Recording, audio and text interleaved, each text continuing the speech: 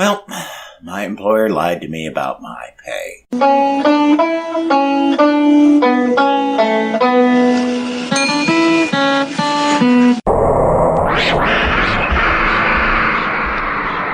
poor! Hey, poor! Hey, poor! You don't have to be poor anymore! Jesus is here!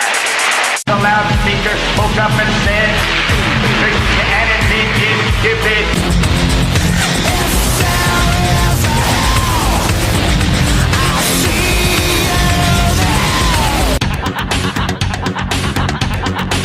Greetings, fellow worker slaves, podcasting at 128 kilobytes from the Fortress of Squalitude, not far from the redneck Mecca. This is the Atheist in the Trailer Park podcast. I'm your host, Tucker. Professor Fuzznuts is in my lap, demanding attention, while Buttons is investigating the new box. Yes, it's a podcast hosted by a guy and his cats. Get over it. This is a news show episode where I cover stories in the news that are related to things like atheism, secularism, science, or I find just plain interesting. Next episode will be a chapter or two from the Apocrypha. And the reason I say that my employer lied about my pay is that instead of it taking 2 weeks for me to get direct deposit like they said it would, my first paycheck hit on payday.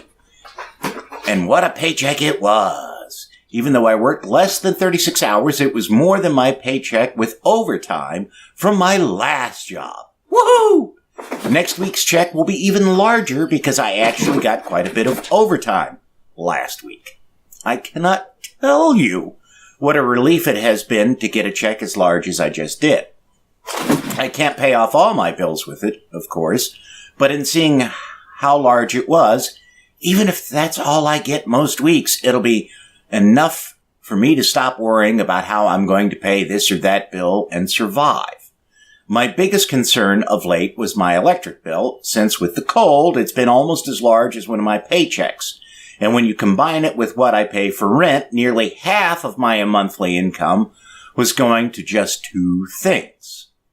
Now, however, I can start to think about taking care of things around the house that I've had to put off fixing. Not to mention getting a car. I will confess that I did a little celebrating with my money. Nothing too elaborate, mind you, because I know that the worst thing you can do when you've got extra money all of a sudden is to go out and blow it.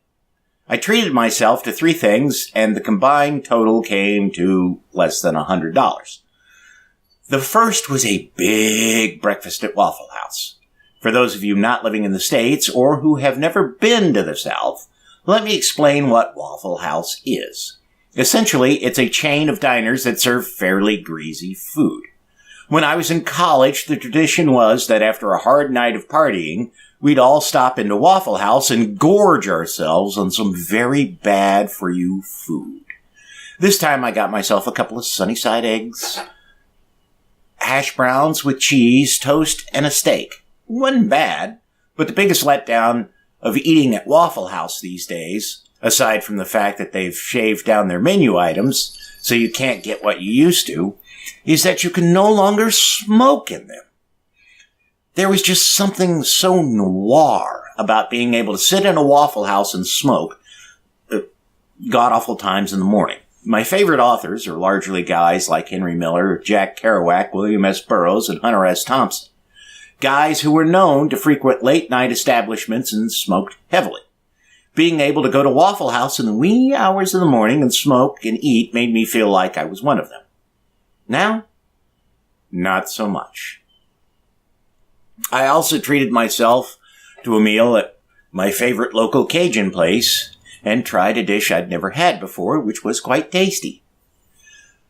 Finally, and you may have already noticed this, I got myself a new microphone. Didn't really need it. Actually, I kind of didn't intend to order it. It was just, was looking up something on Amazon, saw it, clicked on to look at it, and accidentally, on purpose, hit the buy it now button. Let me know what you think of the sound. It doesn't sound that different to me than the microphone I was using, but I want to know if it sounds awful to you. There's a couple of podcasters out there who have changed microphones over the years, and I didn't really like the new sound. So I still have the old microphone, and I can switch back to it. Really, the main thing I wanted the mic for was the mounting arm. Because there's a very fancy microphone I want to get someday. That is really the reason I want to get the fancy microphone is not so much for its sound quality, which is supposedly incredible, but simply because it looks really fucking cool. But this new mic was only $40. It came with an arm, a spit screen, as they are euphemistically known, and a whole bunch of cabling. Because it's an XLR mic, and I have been using a USB mic.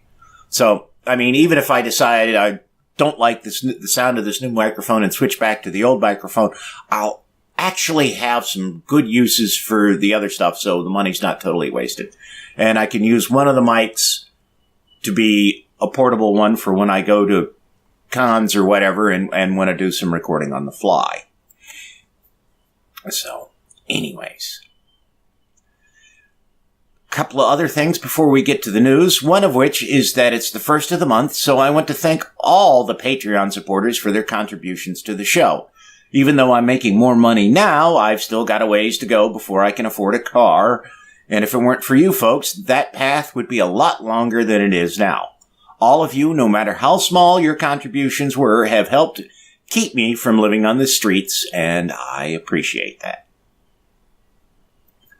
The second is that I want to give a fond farewell to the folks at No Religion Required podcast and the Secular Yakking podcast, as they've all hung up their microphones.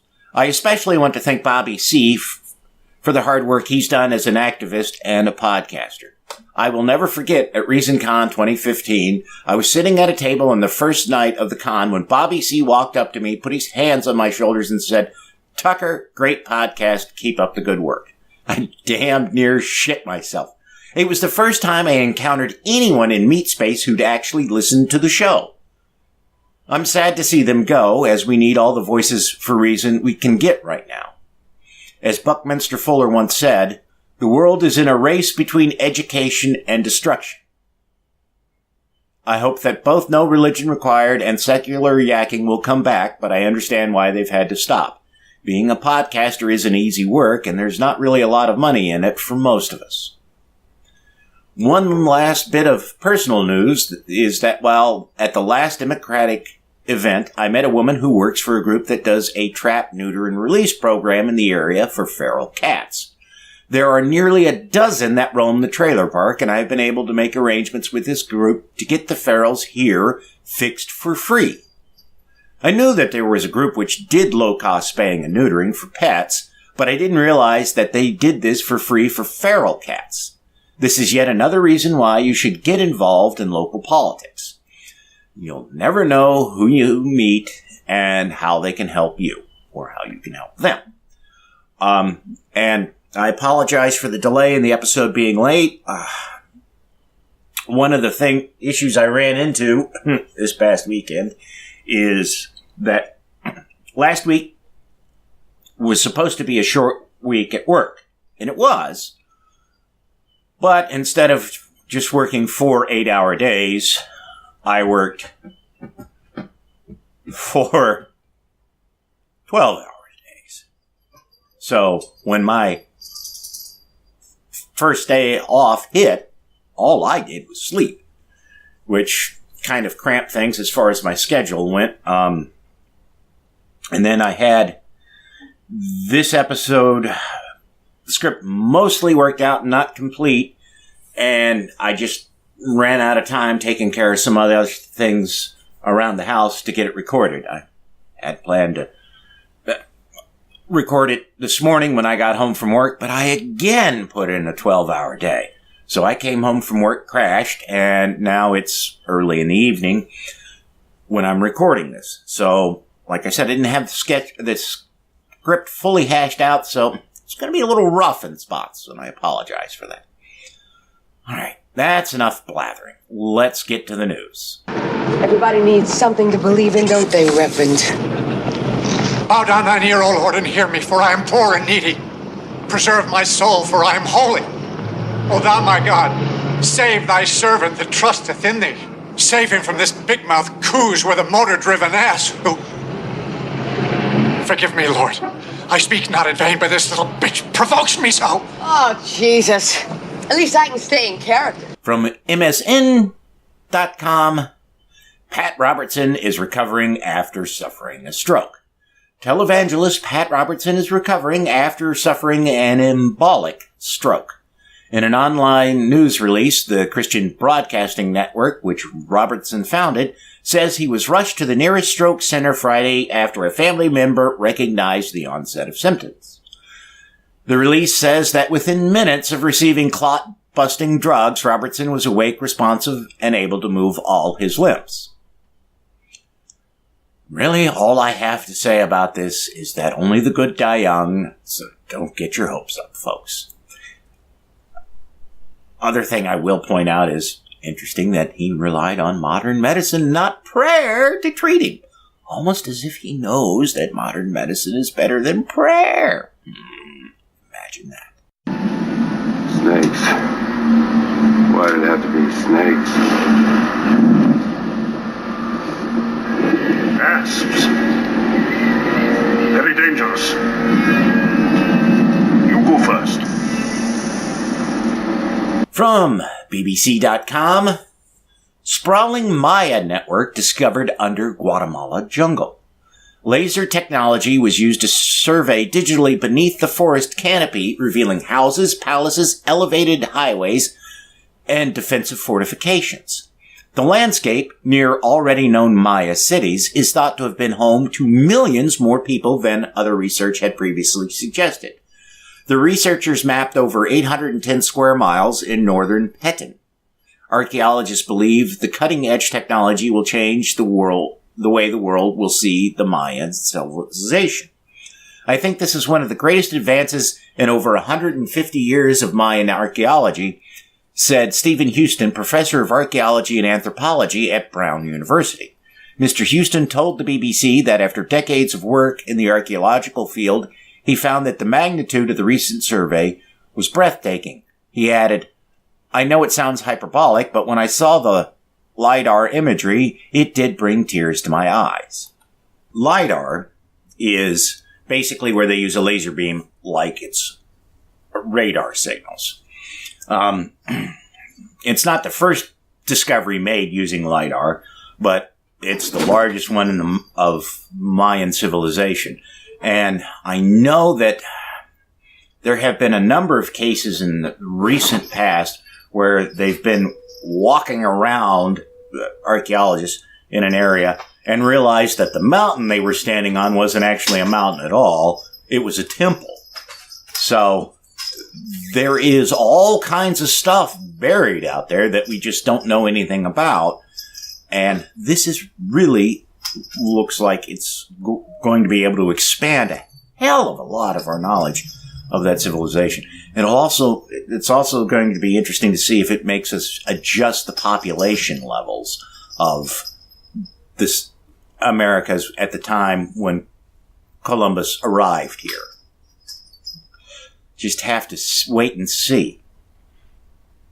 And it'll be interesting to see what other kinds of things that have been, that they find. Because if this city, these settlements collapsed before Europeans arrived in the area, not necessarily before they got to the Americas, because a lot of cities and villages were wiped out by disease before any Europeans ever showed up. There may be things which are still intact that are pre-Columbian, which when the Europeans showed up, they had the annoying habit of destroying a lot of stuff, especially religious stuff, because it offended them. So we may learn a whole lot about the Mayan religion that we didn't already know. Again, we'll just have to wait and see. Maybe it's a little early. Maybe the time is not quite yet. But those other worlds, promising untold opportunities, beckon. Silently, they orbit the sun. waiting.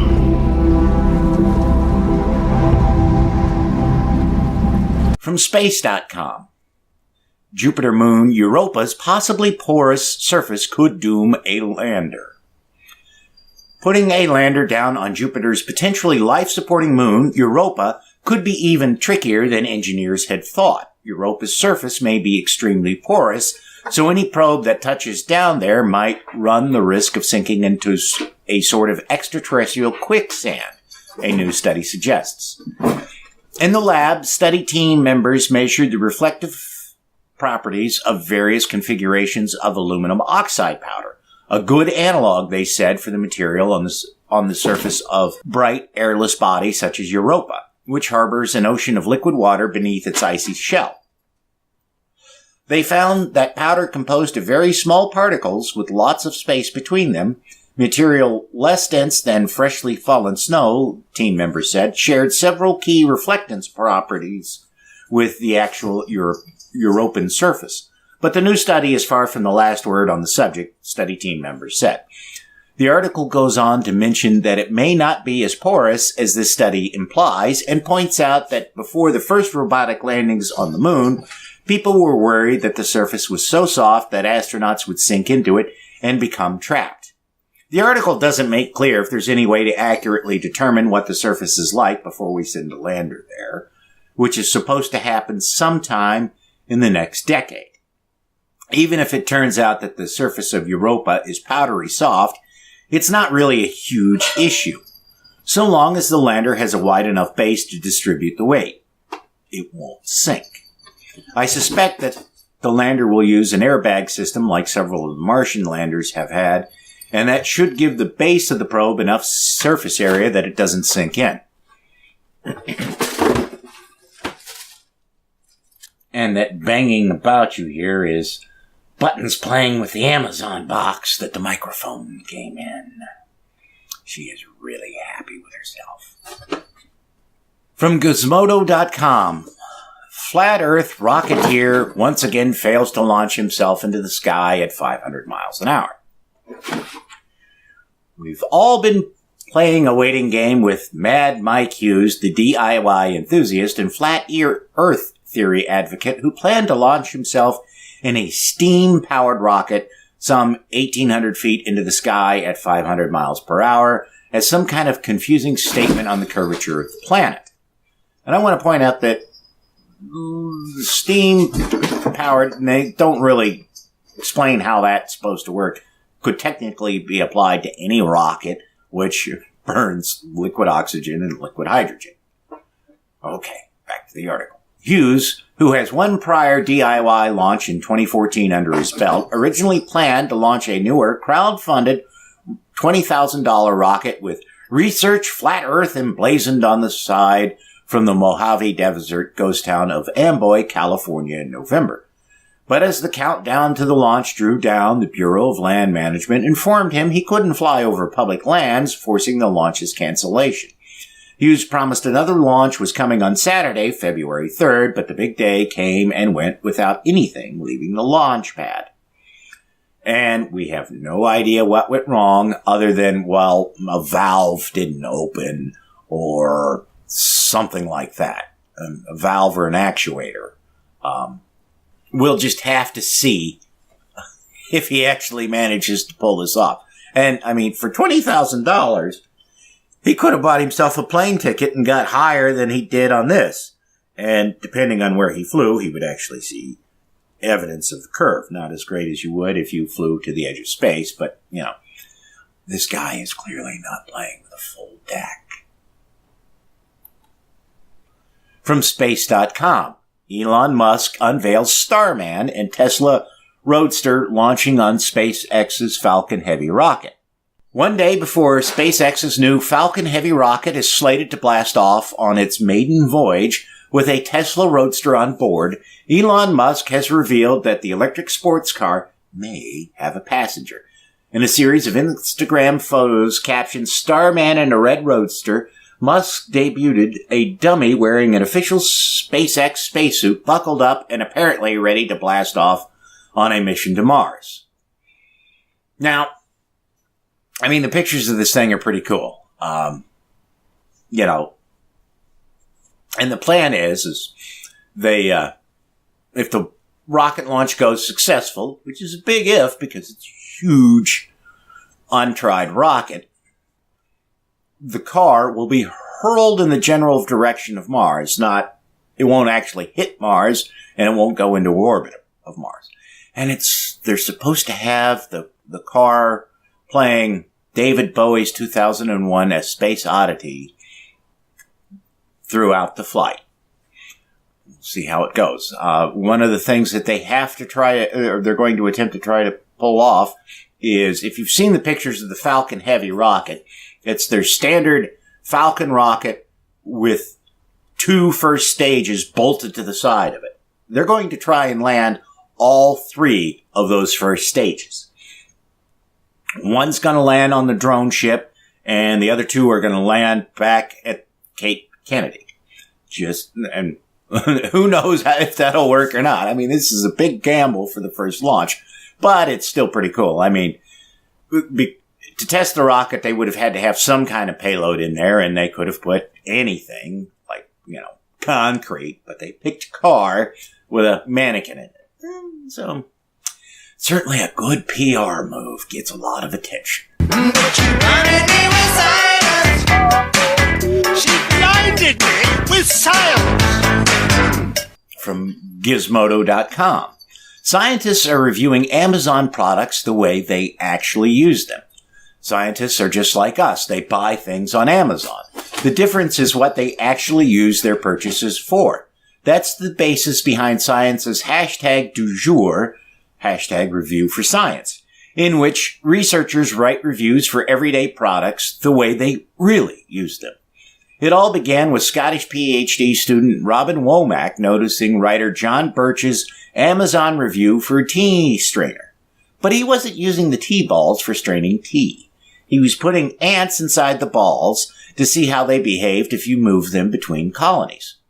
The strainers worked well, 4 stars. I was genuinely online shopping for a tea strainer, Womack told Gizmodo in an email. I drink a lot of tea, and since hearing that tea bags contain plastic, I've decided to try loose tea instead. Like any online shopper, I went to browse the reviews and thought zoology Twitter might find the review as funny as I did. Zoological Society of London PhD student Danny Rabiati, originally behind the Does It Fart hashtag, I have to check that one out, noticed the tweet and encouraged other scientists to share their own reviews using the hashtag review for science hashtag, and things blew up from there. The article talks about how scientists see this as a boon because it enables them to easily share tricks to make their jobs easier with other scientists. As one points out, you can't really say that, well, we bought these tweezers to do this or that in your journal publication. Or like one guy did, to do DNA samples, he takes a leather punch to punch out holes in the ears of various mammals for DNA samples. As part of his review says, plus when you're done, they look like punks. But I think, however, the greatest benefit which will come from doing this is not to the scientists, but to the average person. Now, not only do they have a window into how scientists do what they do, but they also see that scientists are people, not just white-coated robots who spout out cryptic announcements or whatever. Furthermore, there are going to be people who see that someone's using a tea strainer to study ants, for example, is doing science with things that they can understand and use. So, ordinary people are going to realize that any individual can do meaningful research with very simple tools and not multi-million-dollar equipment and laboratories that may have enough to get them interested in science and doing some of their own. I read an article not too long ago by a biologist who said that there's a critical need for people to go out and just observe and take notes about small patches of land. That's something anybody can do with a smartphone or paper and pencil. All you have to do is pick an area that's a few meters square, note the dates and times, as well as the location, the kinds of plants and animals you see, and what they're doing. It sounds dull, I'll admit, but it can yield meaningful information. As so few people are doing it, there's a lot more we don't know about things in our own backyards. And, to illustrate what might be out there waiting to be discovered, is this story. Poor fuzznuts. Hunting for the ancient lost farms of North America. Adventurers and archaeologists have spent centuries searching for lost cities in the Americas. But over the past decade, they've started finding something else. Lost farms. Over 2,000 years ago in North America, indigenous people domesticated plants that are now part of our everyday diets, such as squashes and sunflowers, but they also bred crops that have since returned to the wild. They include erect knotweed, not to be confused with its invasive cousin, Asian knotweed, goosefoot, little barley, mash elder, and maygrass. We haven't simply lost a few plant strains. An entire cuisine with its own kinds of flavors and baked goods has simply disappeared.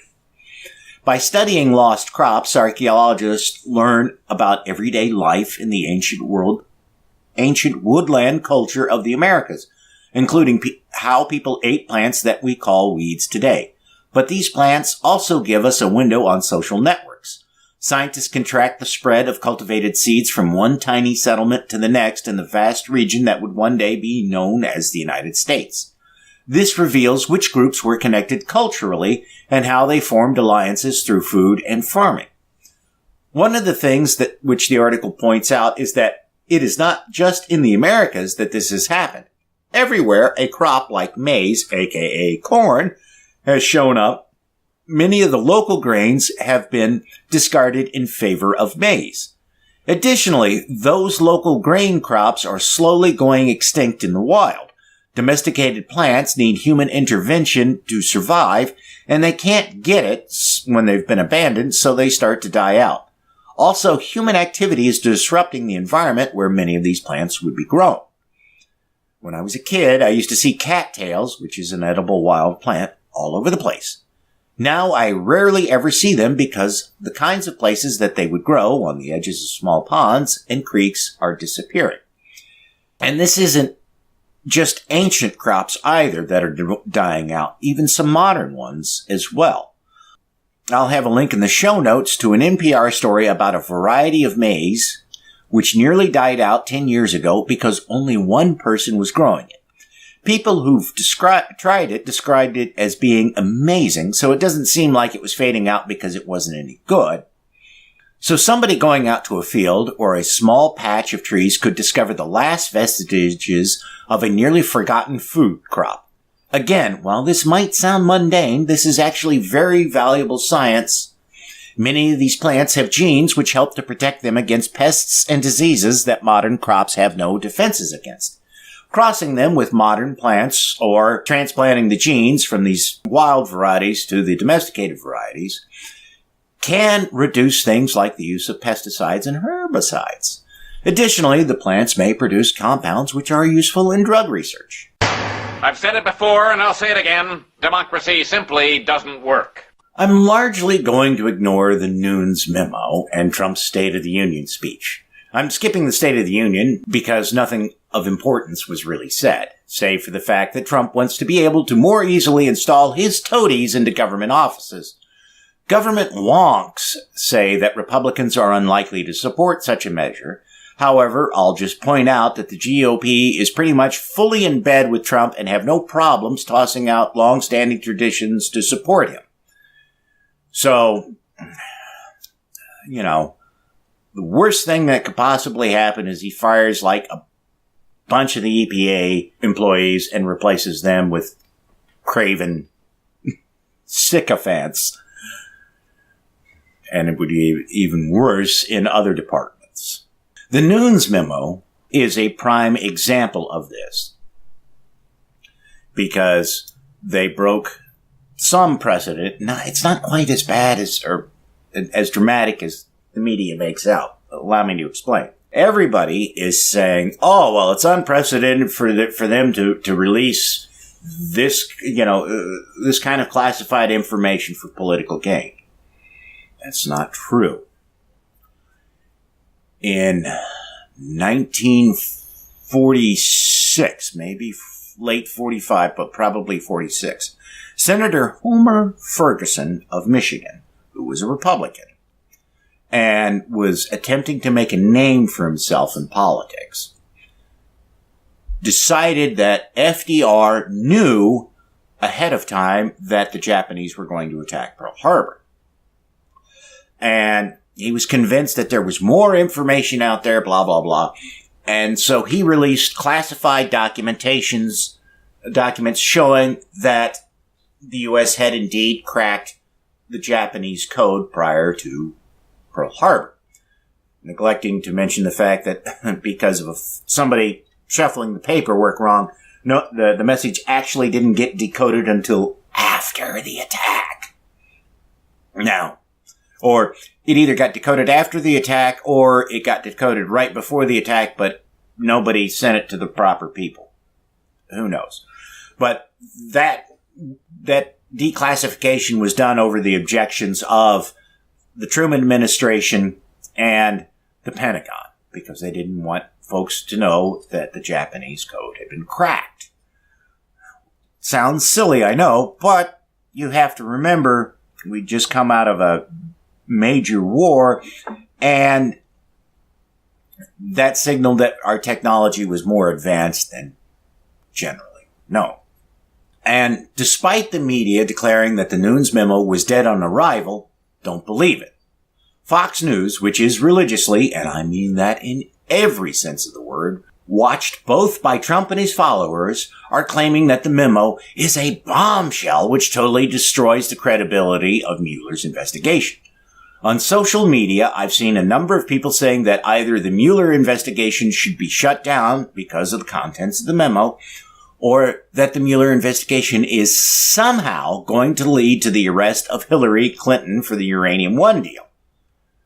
A deal, which I need to point out, was overseen by the same Robert Mueller when he was the head of the FBI.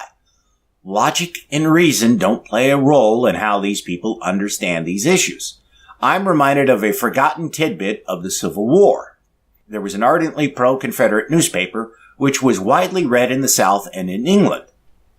That newspaper's readers only discovered that the Civil War was going badly for the Confederacy when the newspaper printed the news of Lee's surrender and the end of the Confederate government.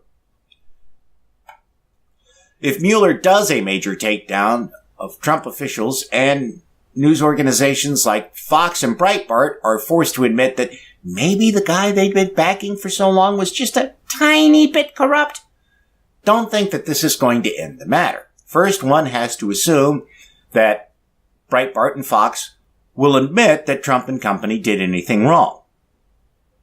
That's a tough sell. Secondly, even if those news organizations do admit that their guys were dirty, that doesn't mean their viewers and readers will believe it. In Mein Kampf, and I hate to go all Godwin, but this is the only example I can think of, Hitler talks about learning that the First World War was over. For him and many other Germans, it had seemed that they were on the cusp of victory only to be betrayed by their own leaders. I can well imagine that many Americans will feel the same way if Trump goes down.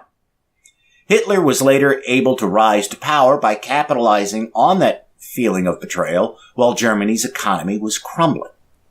As I've said before, whenever we next get a Democrat in the White House, they've got a hard job ahead of them to ensure that we never see a figure like Trump in power again.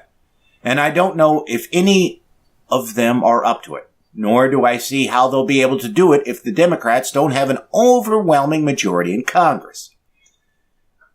These are very dangerous times, my friends, and I doubt if any of us know exactly how great that danger is. From NPR.org, not widely noticed due to all the coverage of the Nunes memo, is this story from NPR, which is very important. White House drops Victor Cha as candidate for ambassador to South Korea. After he criticized the idea of a U.S. preemptive strike on North Korea, Victor Cha is no longer the White House's candidate for the ambassador to South Korea.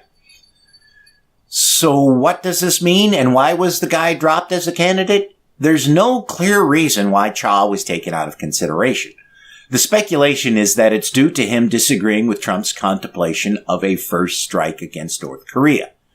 Many folks are taking that this is an indication that Trump is serious about undertaking such an action. He is rumored to have said that a war would boost Republican chances in the midterm elections later this year.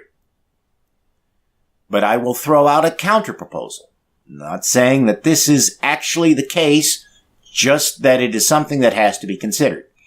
It's entirely possible, though I have no idea how likely it is, that Trump has no intention of attacking North Korea, but he just wants to sound like he's going to attack them at any minute, just to scare the shit out of the North Koreans. And if he were to allow Cha to become the U.S. ambassador, it would be a tell showing that he's not really serious about attacking them. I don't know. I do know that Kim Jong Un is in a somewhat precarious position as far as political authority goes in North Korea. He is a young man, I think he's in his early 30s at the most, living in a society that venerates old people. So he's seen by the general population as somewhat suspicious as a leader in that they think he may not be competent because he is so young. This is one of the reasons why he's done the various purges and wiped out government officials and killed family members. Because he wants to, stabilize his position and show that he's an effective leader. If the U.S. does a bloody nose attack, which has been described as, us taking out one of their, or all of their missile launch facilities, their missile manufacturing sites, and sites related to their nuclear weapons program, Un is going to have to respond.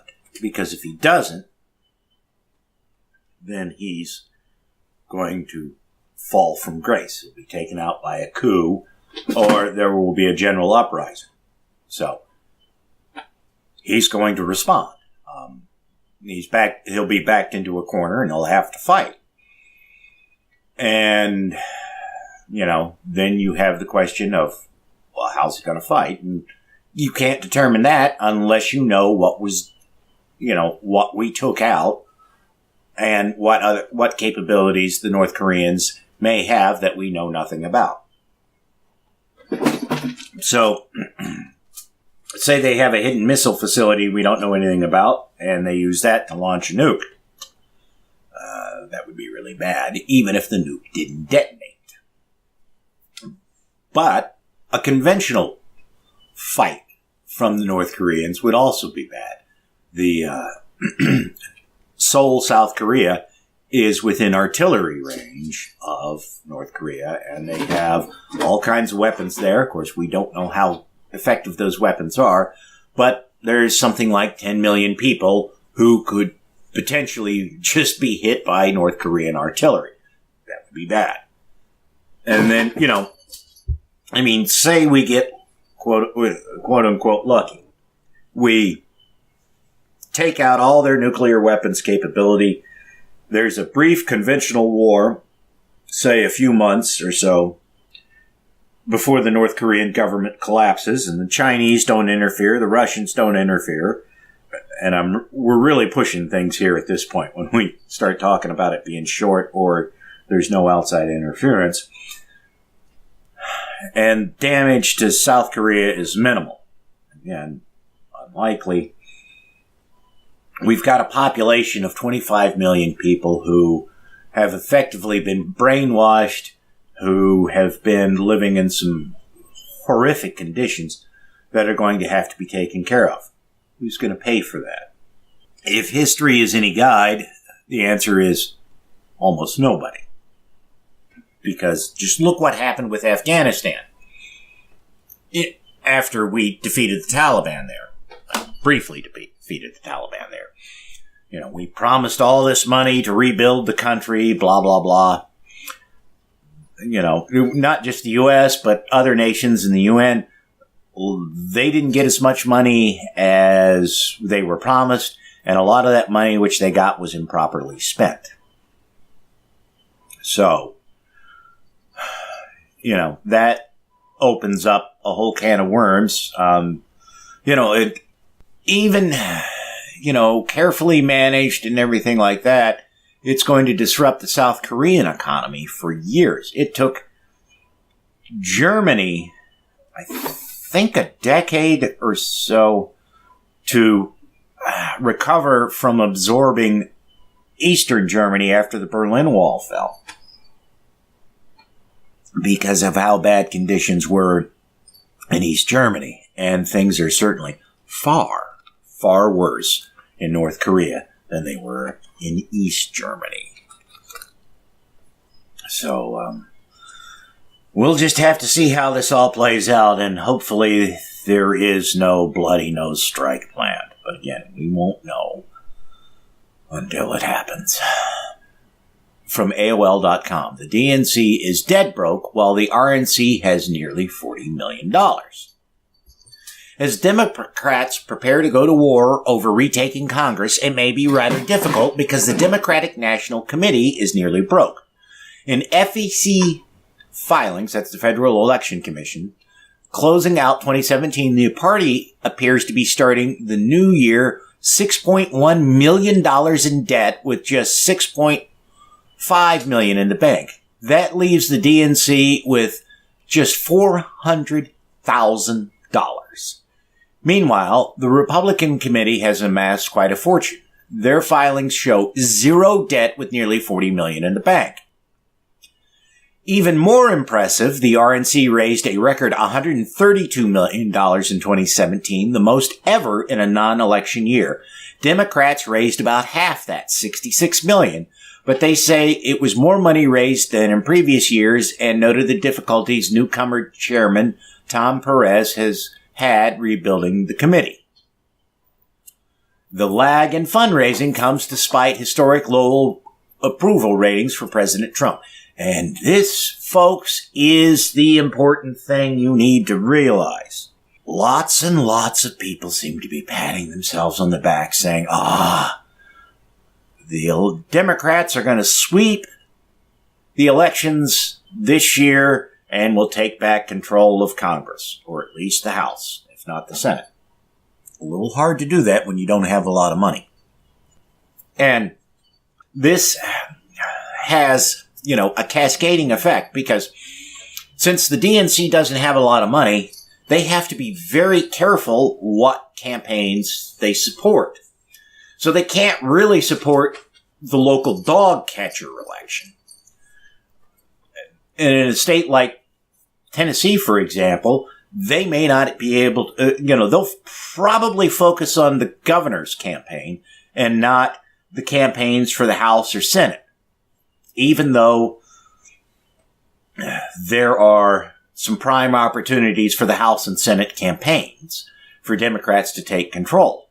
But there's a better chance to get a Democratic governor than there is a Democratic senator or a Democratic member of the House. And forget about the House races, or, the state House races, or the, local offices. They don't have the money for that. Whereas the Republicans will. So, even if the Democrats make gains in, Congress, they're not going to be making them at the state and local level, which is where we really need them. I'm not saying that that getting control of Congress back isn't important. It certainly is. But we need to have control of things like the state houses, governorships, and local offices, because realize that in places like California, New York, and other blue states, they're fighting what things Trump is doing on the state level. So if we have control of Congress, the odds of us having an overwhelming majority, a 2/3 majority, which is what really the Democrats need for Congress to completely shut down Trump's actions. We need state and local governments that will do things, say, file lawsuits against actions, executive orders Trump does, or actions by the various executive branch offices like the EPA, the Treasury Department, and the others that put America in danger. But without having, democratic control of state and local offices, that's not going to happen. There's only, I forget the number, and I'm not going to look it up. But there's, a small, less than half the states in the country have a Democratic controlled state government. They can't sue and take action on as many things as would happen if we had more democratically controlled state legislatures. For example, if the EPA does something that affects the waterways in Kentucky and Tennessee, that, like they're going to allow more pollution, California can't sue over that. They have no jurisdiction. That's not the exact right term, but it's close enough. And Kentucky and Tennessee aren't going to sue over it because, fuck that. They're in love. Their state, the governors of the state are in love with the whole Trump administration. So they're not going to sue over that shit. So that means, Kentucky, Tennessee, or Alabama, or whatever red states you want to pick, they're going to, allow those policies to go forward and do damage. And there will be further implications. Plus, a fight, even if you do get a couple of states banding together, a fight against something that the Trump administration is going to do will be expensive to handle in court. And the more states you have, the less each individual state has to contribute to that. And some states just will be like, well, we don't agree with this policy, but we can't afford the money to fight it.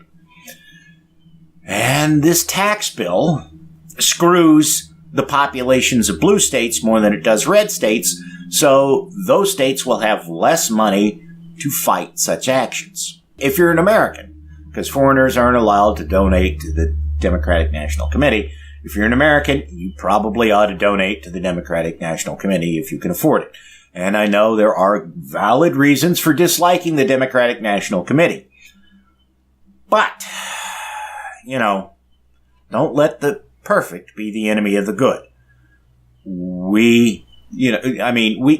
Here's the choices we have. We can allow everything to be burnt to the ground and then struggle to rebuild it, which will throw our nation backwards, put us decades behind other countries in the world, or we can do a stopgap measure with the Democratic Party just to put the brakes on things, and then once the Democrats are installed, then we can work with things like the Pork Party, which stands for the Party of Reason and Progress, I think that's it, or the Green Party, or the Democratic Socialist Party of America, or some other third party. But really, we need to put the brakes on what the Republicans are trying to do, and unfortunately, that means getting behind the Democrats, even though we may not like it. It's just the facts of the matter. And from theatlantic.com, we have this story which illustrates the danger that the Trump administration is posing not to just the U.S., but the rest of the world in ways that aren't necessarily obvious. The CDC is about to fall off a funding cliff. 2 weeks ago, Betsy McKay at the Wall Street Journal reported that the CDC, with no firm promise of future funding, is indeed preparing to downsize its work in 39 countries. Those include the Democratic Republic of Congo, which recently experienced its 8th Ebola outbreak, and China, which recently underwent its worst outbreak of H7N9 bird flu. Lena Sun of the Washington Post confirmed this report on Thursday, writing that notice is now being given to CDC country directors as the first part of a transition. The CDC is not the only affected agency. USAID, which is United States Aid to Developing Countries, I think that's what it is, also received $300 million from the same dwindling pot of money, which it used to expand its work in the Middle East and Asia. Those programs may have to shut down in 2019. These changes would make the world and the United States more vulnerable to a pandemic. We'll leave the field open to microbes, says Tom Frieden, a former CDC director who now heads an initiative called Resolve to Save Lives. The surveillance systems will die, so we won't know if something happens. The lab networks won't be built, so if something happens, we won't know what it is. We can't be safe if the world isn't safe. You can't pull up the drawbridge and expect viruses not to travel. And, this is key because if you'll remember when the Ebola outbreak hit, they were standing in airports and checking the temperatures of people coming in from various places in Africa. This is only minorly effective at checking if somebody has Ebola coming to the U.S. And it may not be effective in other strains due to the incubation time. And I don't remember what the Ebola incubation time is. But, some diseases out there have an incubation time of 2 to 3 weeks. I think it's 3 weeks. No, it's 4 weeks. In, The Hot Zone. I think it's by Robert Preston is the author's name. But anyways, that details an outbreak of Ebola in some lab monkeys in Reston, Virginia. Fortunately, that strain of Ebola only affected monkeys and not humans. He's talking about the military, the Army's disease research facility, where they work with infected animals. And if you're accidentally exposed to a virus, you have to go to a quarantined area. I want to say they call it the tank. Anyways, in order to ensure that you did not contract a disease if you're accidentally exposed to something, they will lock you in there for up to 30 days. It's complete isolation. I mean, there's a guy in a spacesuit who comes and slides food through a slot in a door to feed you. You don't have any real human interaction for that entire time. You were isolated in basically in the bowels of the building, breathing, filtered air, and your only connection to the outside world is via the internet. That's pretty bad psychologically. So, if somebody contracts a disease in Africa on their last days in the country, and it doesn't have to be Africa, it be Asia or any number of spots in the world, that has it's a virulent disease and it has 30 days before you should start showing symptoms.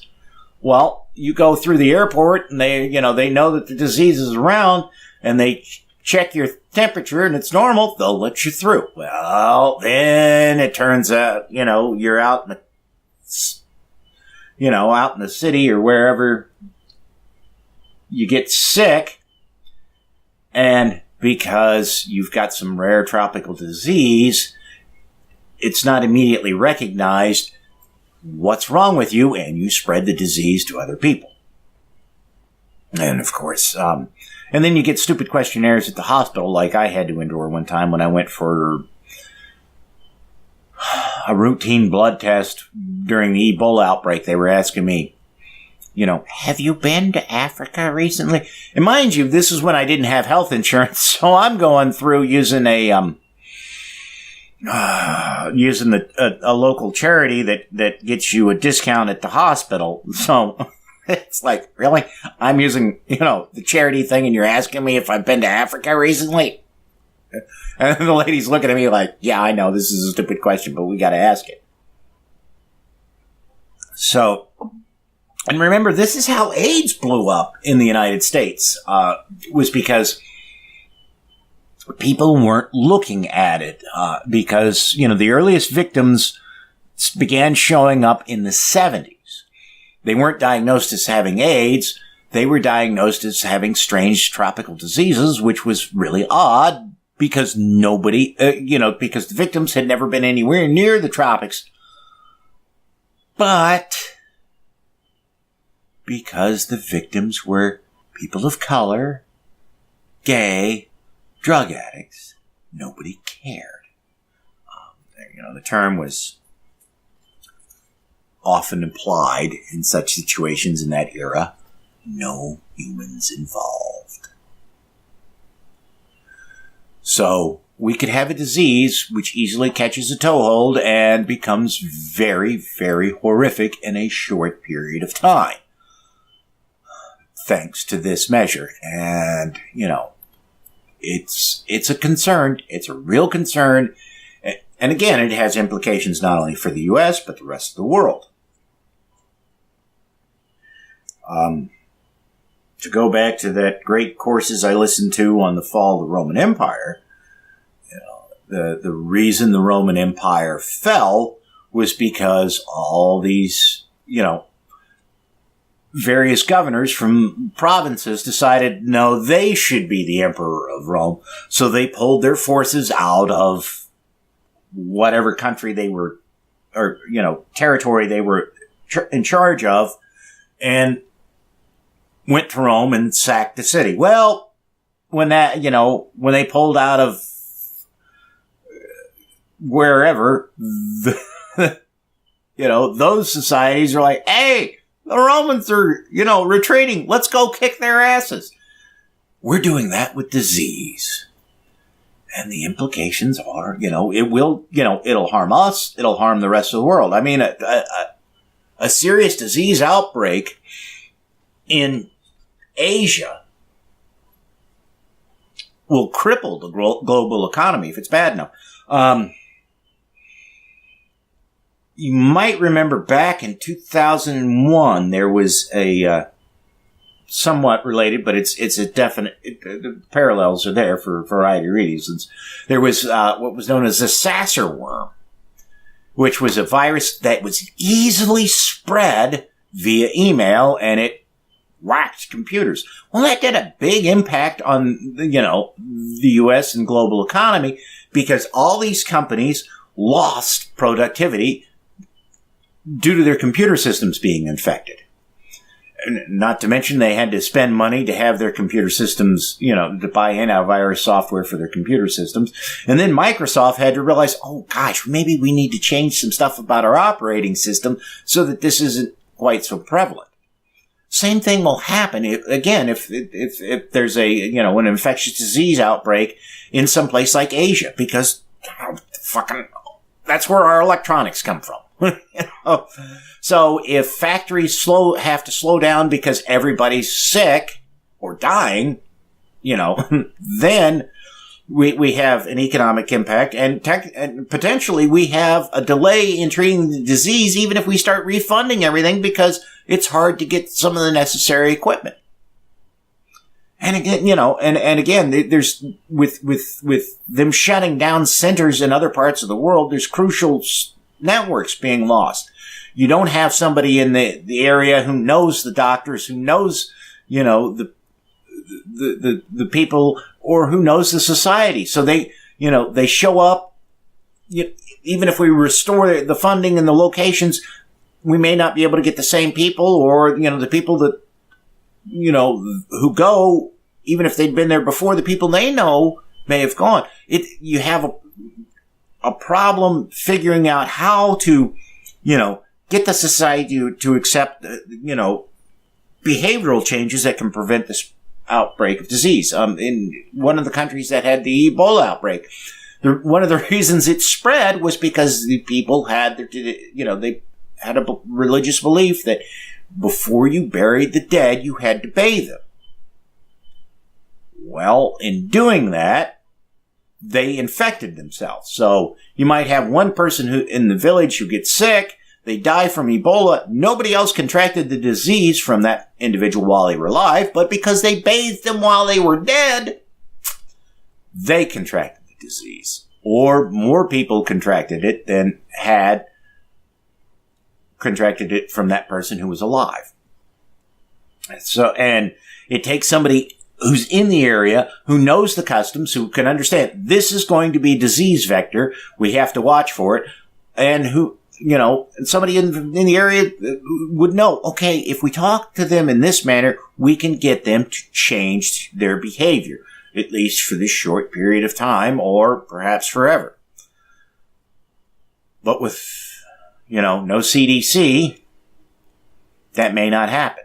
And now it's entirely possible that Europe and other countries, you know, in the world will step up and take over for the U.S., but they may not have the same level of expertise that we do, because they may not have the same large network that we do. Now, one of the mistakes that a lot of the world has made is relying on the U.S. for things. Part of that was because we were the only country in the world that could afford it, but also because there was the attitude, well, those guys are paying for it, we don't need to pay for it. In reality, there needs to be, you know, every developed nation in the world needs to be out there spending lots and lots of money helping the poorer nations, so that, you know, the poorer nations aren't poor, but also so that if, you know, there's an economic recession or one of the developed nations gets a nut job leader, they're not scrambling to figure out how they can fill the void left by one nation pulling out. Again, these are the kinds of consequences and damage that Trump does, which aren't obvious and aren't commonly covered in the news. Okay. We're at about the hour mark, and I've got to get this thing edited so I can get it posted tonight. Really hate not being able to put this out on Sundays like I have been. Apologize for the delay. I am trying to get everything so structured with my life so that even if I do all these 12-hour jobs or 12-hour days, I can still put this thing out on Sunday. It's a little harder with the news show because, like, I had started doing, you know, collecting stories and doing that earlier in the week or last week, but I had to throw out a number of them because they just weren't relevant anymore, or they were minor compared to other things which flared up. Okay. And Skullbeard should be back for more of the Apocrypha. Boy. And again, please tell me if you don't like the sound of this new mic. If you hate it, I'll go back to the old one. If you like it, you know, let me know. I can't really tell the difference. I've done a little testing and checking, but I can't really tell the difference, and the changes I notice may not bother me as much as they bother you. So, again, let me know. That's it for this episode of The Atheist in the Trailer Park Podcast. You can subscribe to the show on iTunes, Stitcher, as well as just about anywhere else podcasts can be found. Many of the episodes are also on YouTube. Follow the show on Twitter. @TParkAtheist is the show's Twitter handle. It's on Facebook at facebook.com/trailerparkatheist.com. If you happen to like the podcast, please rate it on iTunes. If you'd like to support the podcast, there's a donate button on the show notes page. You can support it via Patreon at patreon.com/TNTucker. Thanks for listening. Say goodnight, Fuzz-Nuts. All I know is this violates every canon of respectable broadcasting. Damned cat.